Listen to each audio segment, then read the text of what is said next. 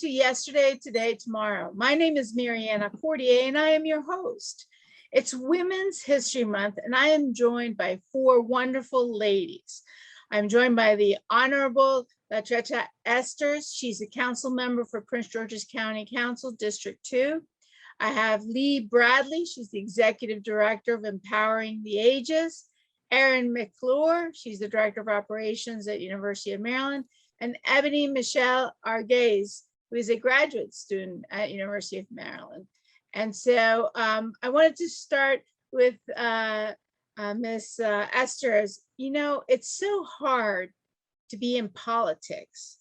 And I can't imagine all the work it's taken you to get there. I mean, tell us a little bit about that. Well, thank you for asking. And I just wanted to clarify that I am a council member for the City of College Park, District 2. Oh, I'm sorry. That's yeah, okay. That's my fault. I can't read. Not a problem. So yes, I had no idea that I would be serving on city council. I'd gotten myself involved in the city, and you never know who's watching you and who wants to get you involved in different ways. And when an opportunity became available, someone approached me and asked me if I would consider running, because I had to run an election. And of course, I had to think about all the things that were involved in my life. And I thought about all the reasons why not to. But then I thought, wow, why shouldn't I? And I ran thinking I'll put myself out there and see what happens. And here we are. Well, that's amazing because, you know, it's like you said, most of the time the consideration is why not to. What was it that really made you want to and do it? I thought it was important to have a seat at the table. You know, if we are talking about, you know, the importance of women's history and women being involved, why not? You know, I had to think about the importance of someone looking for my voice to be there and looking for me to represent a district. And I had to really reconfigure my thought pattern. It shouldn't be why not, it should be of course. And what were some of the challenges that particularly seem to apply to women in this process as opposed to men? Or are there any? I don't think that there really are, beyond the fact that, and I'll say this for myself, I think oftentimes women are more likely to think about all of the things that they have to do versus, of course, I'm going to take this opportunity to do something different and to get myself involved. I think oftentimes, you know, I'll speak for myself, I thought about my job, my family, and all of those things and how they would be impacted. What I then needed to think about as I thought about why not do it is all of the things that I'd have to, I could be a part of and impact in a very different way. And this allows me that opportunity. That's awesome. And that kind of leads me into asking Lee about your organization, Empowering the Ages. What is that, and are you guys working with women as well in that? Yes, we are working with women as well as we are working with men. Empowering the Ages is a nonprofit that's focused on connecting older and younger generations. So we do that in various ways where we're able to connect young youth with older adults living in older adult living communities or in their individual homes, as well as active volunteers in the community that we're connecting with teenagers. And so we are working with a lot of women who are volunteers with us, as well as many of the women that we are working with that are living in older adult living communities are also women. Got you. And what is the age range for when you're referring to youth? So we are targeting, for the most part right now with our programs, high school students, but we have run some programs that are working with young kids. One of our programs right now, we are focused on 4-year-olds who are in pre-K and Head Start. So we really run the age gamut from young to teenage years. And what are the results that you see or the impact of connecting the younger with the older generations? We're seeing on both sides the benefits of having somebody in your life that cares about you, that wants to know how you're doing, that's checking in on you. And so what we see is that at all times, it's nice to have somebody who is there just for you and giving you unconditional support and time. And so we see that that benefits both the youth and the adults greatly. Well, it's funny because I know that my brother always complains that his kids never listen to him and they'll listen to whoever. So I imagine that Empowering the Ages would give, parents an opportunity to have another reasonable voice for the younger, their children to approach and talk to and seek advice from. Absolutely. One of the projects we're working on right now with teenagers is some workforce development. And so the teenagers are much more likely to hear my volunteers ask them to do some goal setting and some working on their resumes than their parents telling them over and over again that that's what they should be doing to get ready for their future. It's you're never the prophet in your own land, right? For sure. And Erin, you have quite a lot, I'm sure, of work to do as a director of operations. I think you're also a diversity board, and you've got like so many titles. I did not know which one to pick, but that really says a lot to your dedication and all the hard work you put in. How did you get here? Sure. Well, thank you so much for having me today. And yes, I'm the Director of Operations in the School of Public Health at the University of Maryland. I also serve as a diversity officer and our equity officer for faculty. I'm directing our happiness and wellness initiative, and I'm naming these because they all have overlap for me. And now I'm co-chair of the President's Commission for Women's Issues for campus, along with Dr. Linda Steiner, who also runs the advanced program on campus that's advancing women and underrepresented faculty in academia. For me, I think this is like a crux of all passion points and things that matter to me, and where I can leverage various positions and aspects of positions to really move forward work that advances equity. So I really, it's been probably since I was a young kid that it has been moving me this direction of doing all of these things. And I feel very fortunate. There's just been a convergence of the various roles where I've been able to do these things. But it's interesting because I had a unique opportunity even to have a conversation with interns that we have this year as part of the Happiness and Wellness Initiative. And we were having a banner that was talking about Women's History Month and making sure, what was our tagline going to be for that? And, it ended up being celebrate, share, and uplift the inspiring women in your life, and take time to recognize the accomplishments and contributions and impactful role in society. And we really emphasize doing that across identity and making sure that we have a more inclusive lens in terms of how we're working towards these goals. But something that I asked the interns was, did you know we don't have an equal rights amendment that's passed? We have not fully placed that in our Constitution because it has not fully been ratified, right? And so that wasn't something I learned until I came to college at the University of Maryland years and years ago. And what does that mean when we don't have these core foundational pieces in place that says all people are inherently equal, and therefore all people are covered in terms of care and policy and practices, right? And so that's just a little general overview, of scope of my passion around this, and that, the work that we're doing to advance practices that are more equitable. And on our campus, it's things like childcare issues. On our campus, it's things like lactation rooms and resources. It's equal pay. It's, around advancement and promotion. So, it runs the gamut. It's not just in academia. These are things that impact folks in all kind of areas of life. They just have different niches that, at the university. And for me, health and wellness, happiness is not it's not so easy to attain. We compromise sometimes our diets because we're in a rush and we don't have time, or it's easy to get depressed because you feel overwhelmed or stressed out.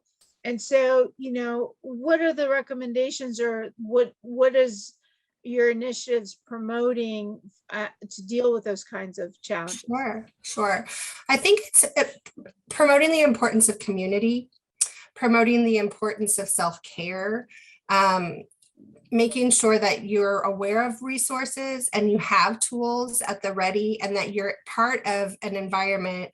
And for us, you're part of a school of public health, or you're part of a university community. And our tips in our newsletter reaches beyond that, but making sure that there's like an access point so that you have both the resources and the support and the encouragement to do so.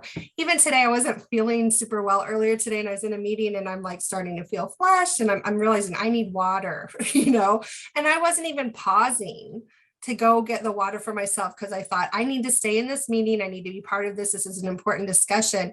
And I find myself doing that a lot as a woman, realizing where am I prioritizing my own self-care, and where am I opening the opportunity and the space for other people to support that for me.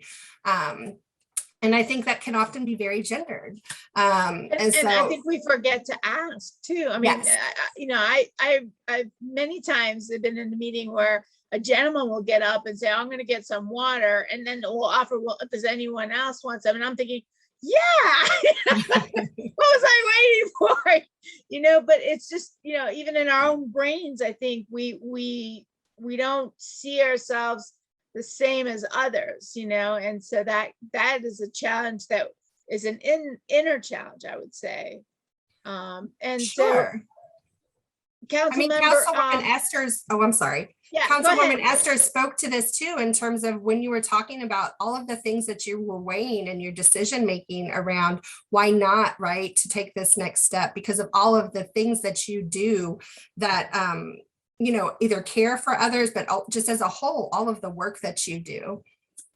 Yeah, and that's what I was going to ask her, is that, being on the council for the city and all the things that come by you guys to look at the different laws and proposals and everything, the challenge that women have faced during the pandemic has been overwhelming, I think, and not really recognized, because I think they think that's our role, that's what we should do. What have you seen, the city having to, deal with and cope with as a result of the pandemic?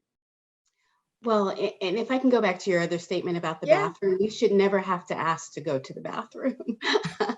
There's where we should start. I think to your point about what we've seen during the pandemic, like everyone else, we were dealing with being in person or being virtual. In fact, much of my time on the council has been virtual, because I started as part of a special session. So I've only been in person for 3 meetings. But, I think that speaks to the fact that more people were attending meetings because they could do so virtually. So there was value seen in not only having in-person meetings, but allowing for a hybrid model to reinforce that we want people to be heard. Because if it's easy for me, if I'm coming from work, if I'm getting the kids, if I'm cooking dinner, and then you say to me, I've got to go to City Hall to go to a meeting to hear about what's happening in my community, is that creating a barrier? But if all I have to do, and as long as I have a computer to do it, is I can link on and hear my voice, be heard, share thoughts, share an email because I feel a certain way about a topic. I think that has been the goodness that I've seen. However, there are the other issues of dealing with individuals who could not get out during that time, older individuals, people. I think the disparities within our community, we're seeing that much more. You have those who have, and you have the have-nots, and you have to think in the terms of, how do I support everyone, and how do I ensure that those individuals who may not be able to get out to get food, who may need assistance, can have those things, and that we're putting in place opportunities to make that happen. And I just want to jump in on that. I mean, a lot of our work over the last 2 years has addressed that loneliness and isolation that everyone has felt, especially older adults. And in our case, we've addressed that with teenagers also. And as we move forward, we're looking at what's next. And we know that volunteerism really reduces loneliness and is greatly helpful for physical and emotional health. So how can we help individuals who have been very isolated find ways to volunteer in their community, whether it's while they're still home or getting out in the community? But I think that in this next phase, that's going to be really important to support emotional health, is starting getting people out again and feeling like they are part of their community. Absolutely. I think the pandemic really gave a good definition for cabin fever for lots of people. But I wanted to bring Ebony into the conversation. Ebony, you're a grad student, and you're starting your professional life, and your generation has a different perspective. I find most of the time you guys are like, I'm here and I'm demanding a seat at the table. Whereas some of us in the older generations, we're asking, for the seat at the table and waiting, but you guys charge forth.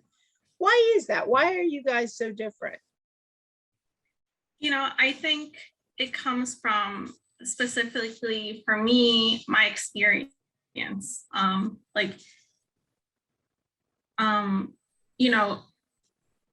For example, being a woman in STEM, we're constantly,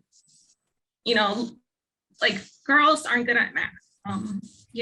Why do we get told that? That's something that is the stereotypical, phrase that young girls get. And then here, throughout academia, my life in academia, that representation gets diminished over time, especially for underrepresented minorities. And I'm actually part of this student organization called SACMAS at UMD. I'm the president of the chapter, which stands for Society for the Advancement of Chicanos, Hispanics, and Native Americans in Science. And part of our mission is to create this space where STEM students and professionals from historically underrepresented populations can feel like they belong, can embrace their intersectional identities, and be empowered to bring their whole selves to STEM. So, these communities are fighting the systemic system just to get to where they belong.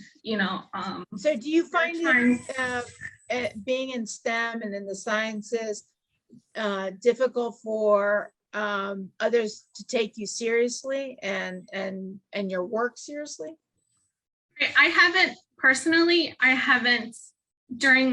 I'm a first year master's student, and this year, I'm in my department, we're in the Department of Entomology. There are a lot of women here in this department, and that is not true in other departments, like engineering, for example, mainly males, right? I don't know what other departments look like, but personally here, I see a lot of women in STEM, like women in entomology, and it's inspiring to see all those around me. I feel like I belong, I feel like I'm treated equally, and I'm pretty sure not every single woman in STEM feels that way. Does that inspire also confidence in what you're doing and comfort that you're, happy where you're at? Yes, it does. My voice is heard. And, I've had previous experiences where people have told me that I don't belong in science. And that's hard to hear. And I'm like, who are you to tell me what to do? Well, and it's interesting because I always find it that for every one person that inspires you or encourages you, there's 10 who want to, keep you down. But the fact that you keep going at it is admirable, very admirable. If I may jump in, because Ebony, I think you spoke to the idea of imposter syndrome and this whole idea of being in a space and actually deserving to be there, but not always thinking that you do. Although I think this generation comes with something very different, this self-confidence, and they're ready to take it full-fledged. I think I come from a generation where, you know, we were taught to be quiet and to respond only when you need it to, and to do those things and to be polite. I think we need to stop being polite as women and, you know, speak up. I think we're so focused on wanting to make sure that everything is or have been focused on wanting to make sure that everything is okay. And sometimes, you know, you have to ruffle feathers a little bit. You have to take risks. Exactly. And to do so, it's amazing. I think it inspires others to take risks and make, you know, Erin, I'm sure that's something that you guys are being an example for all those that are around you and working with you and participating in the programs.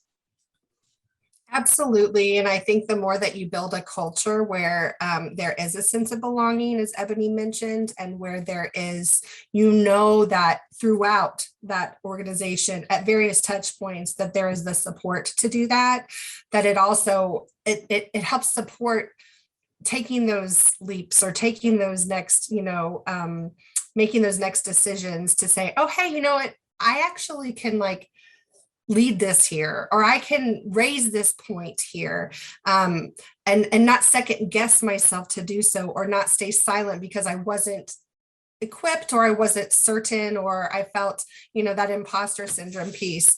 And all of those things, you know, all of these things that we're doing to create a more positive culture that's more inclusive, that's more diverse, is really, I think, about belonging, right? Where everybody can truly belong and show up as their full selves. And we're talking about, you know, women today, but show up as their full selves around the spectrum of identities of women, and you know, and across the spectrum of intersectional identities that come as, you know, with the identity of women. So I'm hopeful that that's what we're doing in our school. I'm hopeful that that's, you know, what we're doing in the President's Commission, and I think it aligns with what our president, President Pines, has outlined when he first began as our president with, you know, this Terrapin Strong program that's really about creating a culture that fully accepts all people and like creates a space where we can all show up as our full selves. I just like to add, you know, I think it's important with what Erin said about providing these resources, because a huge issue in STEM is recruitment and retention of, you know, underrepresented minorities, of women, and many of them don't have the previous knowledge, don't have the knowledge, or don't have the resources, and end up dropping out. They end up looking for other careers. They end up, you know, in other situations just because they can't find, or they don't have, you know, the resources. And I was just going to jump in and say what you were saying earlier, Erin, and everyone else. I love that we've talked about the newer, younger generation of women and what we hope can happen for the generation that Ebony is a part of.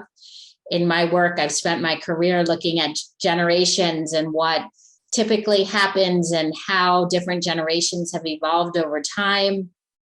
And I spend a lot of time when I work with teens talking about aging sensitivity and how we can be kind and respectful of the different generations and different perspectives. And so I just love that that was brought up here. And I also hope that as each generation comes up, women see themselves as equal. And as we brought up earlier, able to be the one who says, I need that cup of water, I'm walking out of a meeting. I hope that all of that keeps happening because it's so important.